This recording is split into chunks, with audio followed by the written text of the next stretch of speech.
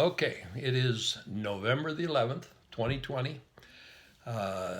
It's been over 2 months since I posted my last Granny Lartham Corner vlog, which is too long.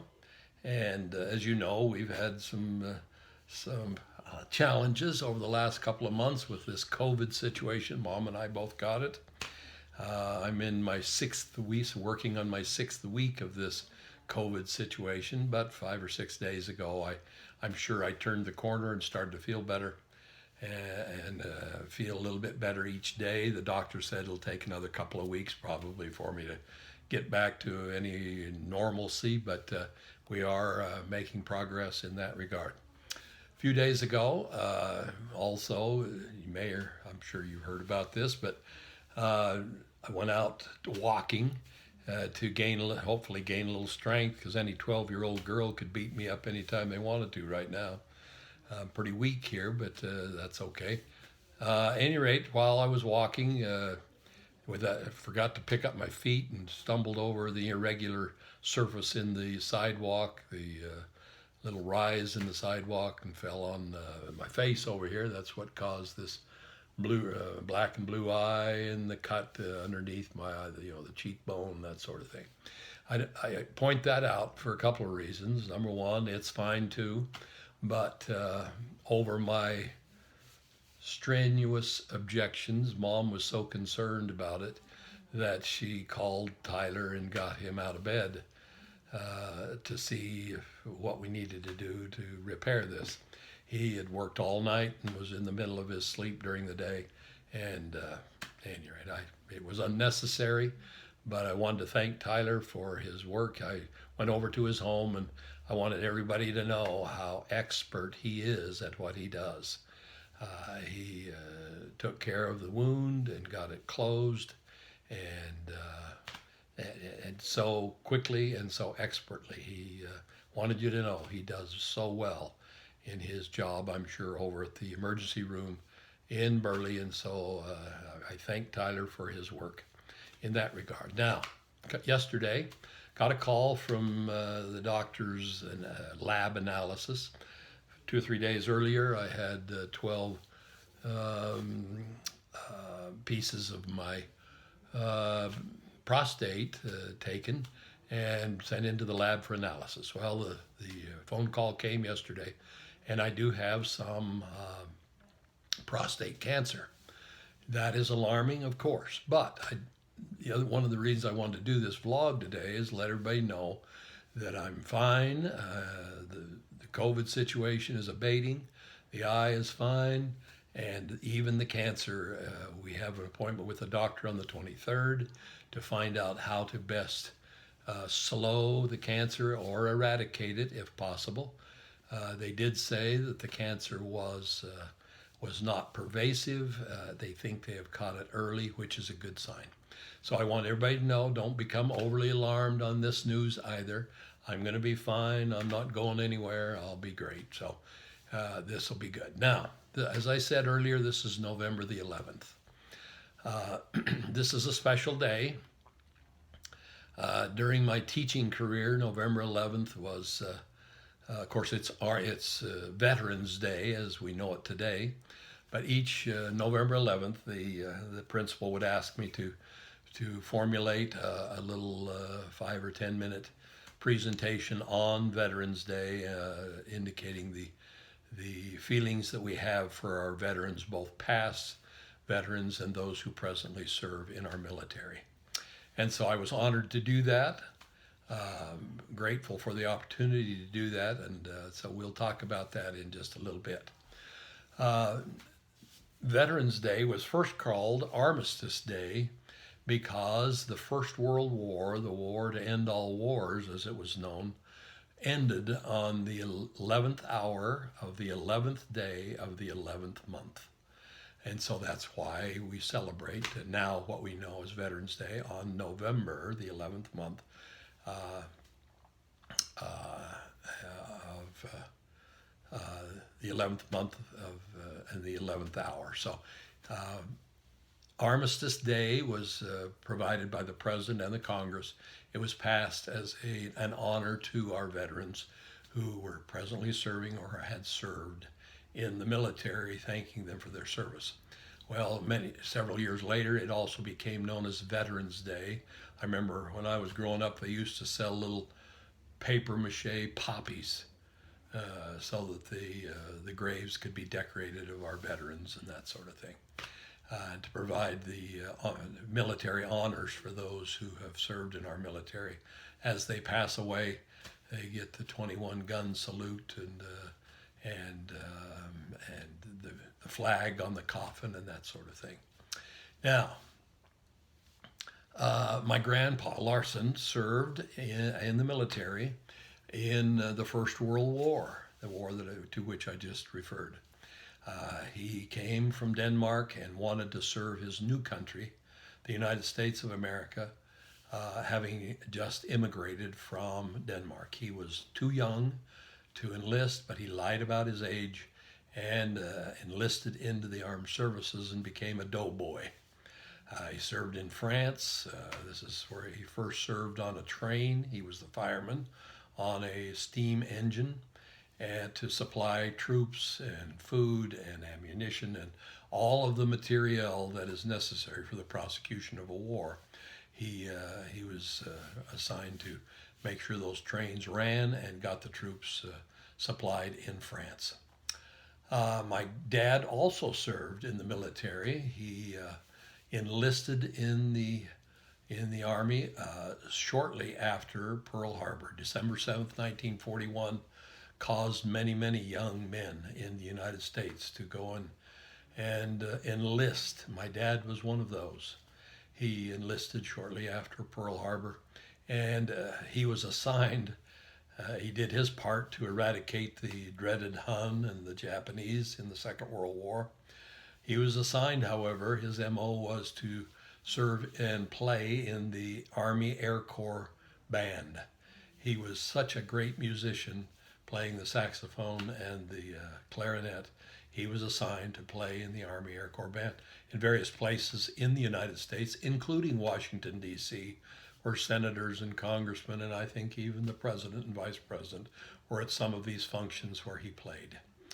And so I used to, little anecdote here with my dad, I used to tease him a little bit about him getting a Purple Heart. He never did get a Purple Heart, but I used to tease him about this, telling him that his Purple Heart was a result of a faulty reed from his saxophone or clarinet that he got a sliver in his tongue or his cheek, and Purple Hearts are granted by the military for those who received injuries in combat zones, and so I used to tease him about his Purple Heart as a result of a faulty reed, but we used to have a few laughs over that one. When I was growing up, we had something that the younger group in our family probably have never heard of, and that was a military draft.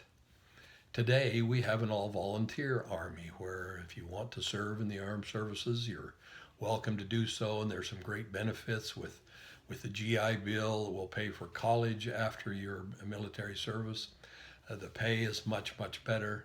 The food and accommodations and all of the things about the military are much better. But having said that, if you join the military, given the world situation, you have the chance of going into a real hot combat zone. And so therein lies the trade-off. Well, that was not the case when I was growing up. A military draft, was where the United States, Uncle Sam could send you a letter saying, we need and will require your service in the military. Beginning on this date, you'll report to Fort Lewis, Washington, or wherever it might be, for basic training, and you will serve in the military for a period of 2, 3, 4 years.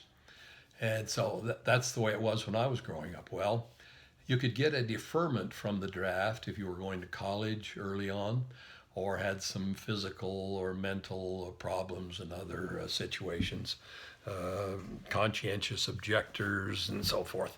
At any rate, so I was obviously going to school, and then after my first 2 years in college, I went on my mission.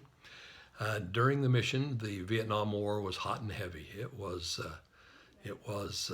amazing. destructive, amazingly destructive.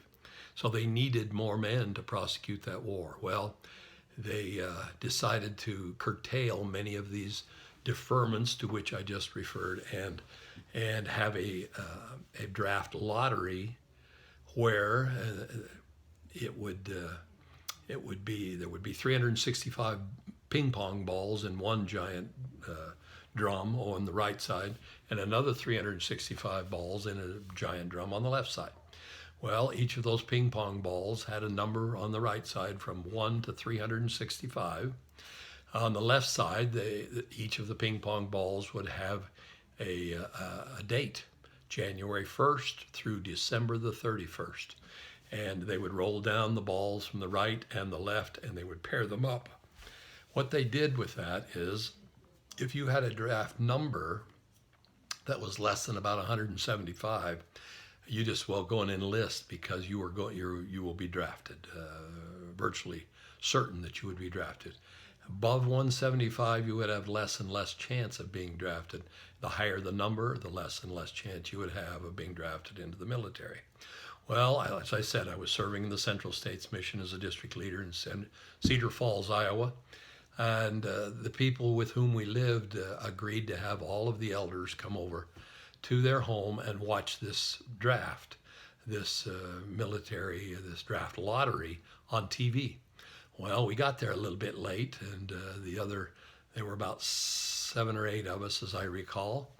And each of the elders looked for the number to come down from the right and the left to see what their draft number would be. And all of them saw their draft numbers. 2 of them, pretty good chance they were going to be drafted. It was below 175. The other 4 or 5, somewhat above 175, some much higher. But I did not see mine for some reason. Mine may have come down prior to us getting to the home to watch television. Well, at the end of the program, I watched the credits, and they were rolling each, the dates, January 1st, 2nd, 3rd, 4th, 5th, and across to the right there was the draft number for each of the dates. So I looked for January the 12th, which is my birthday, and I looked to the right and saw 72, which meant Vietnam, here I come. I'll be hip deep in rice paddies very soon. And so after my mission, that was disconcerting and alarming to me. I was not thrilled about the prospect. However, please know that had I been required to do that, I would have done so. However, the next day, late in the evening, maybe it was 2 days later, I looked at a newspaper, and they had all of the dates, the birth dates, and the numbers for each of those birth dates in that newspaper. Well, I looked at January the 12th again and looked to the right, and my number was 212. Apparently my eyes had moved up a line or down a line as I moved across as those credits were rolling on the television. And so a couple of days after the event, I found out that my draft status was 212, which was above the 175, and my chances of being drafted were less, and much, much less. And I ended up not being drafted. However, just want you to know that had I been required to serve, I would have done so. I don't say that in a boastful way, but I told my government classes each year that there were lots of things for which you should stand up if you believe strongly in them. But there are very few things that, if required, you would be willing to give your life to defend those. That list shrinks big time. In fact, it shrinks so much that in my mind, there are only 2 or 3 things for which I would be willing to give my life. The first is my family. The second is right and wrong. If right is threatened, right should be protected, and justice. The third is my country.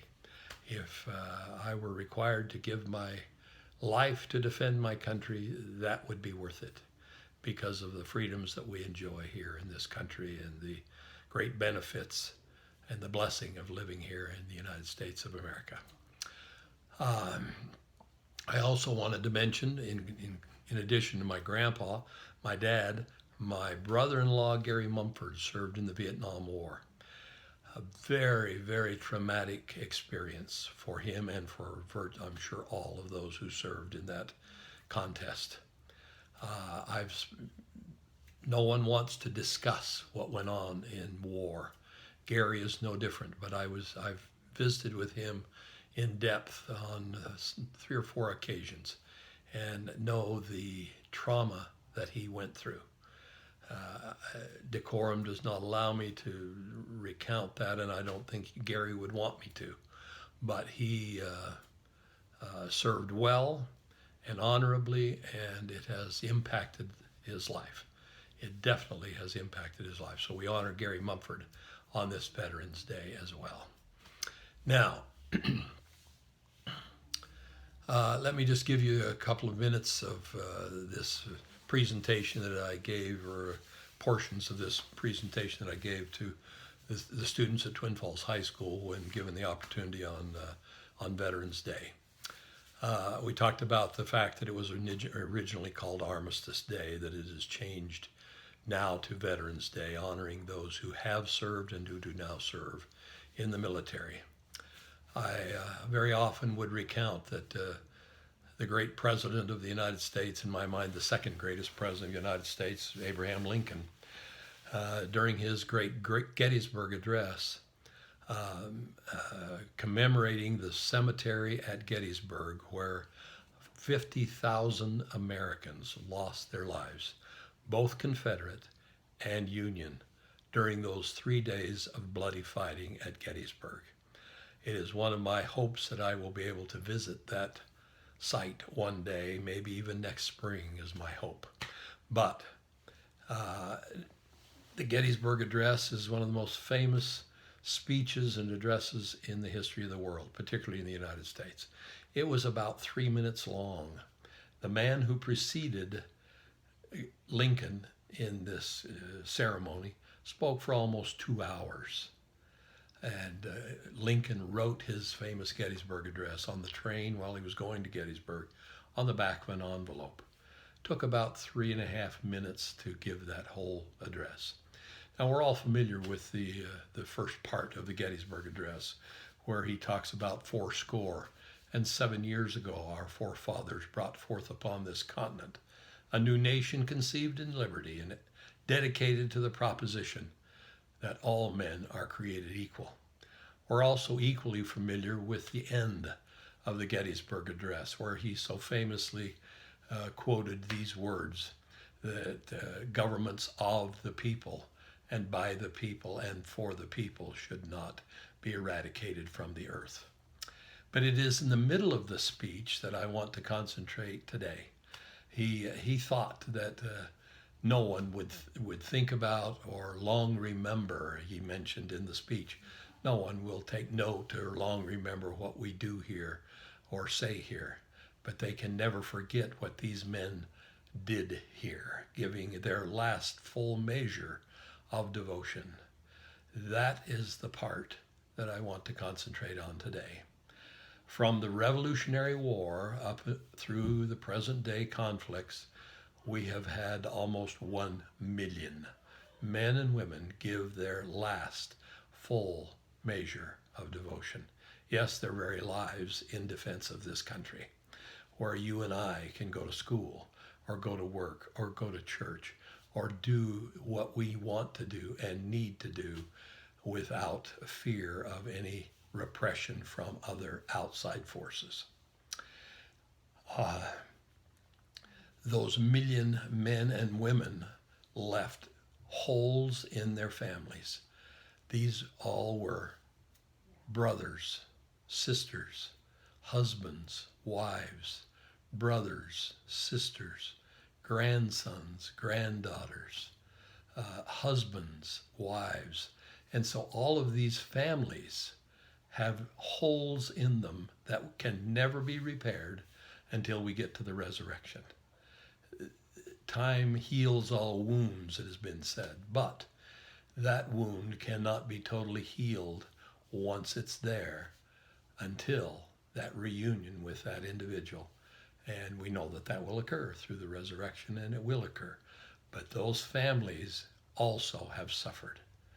those million families where the hole is still there to this day.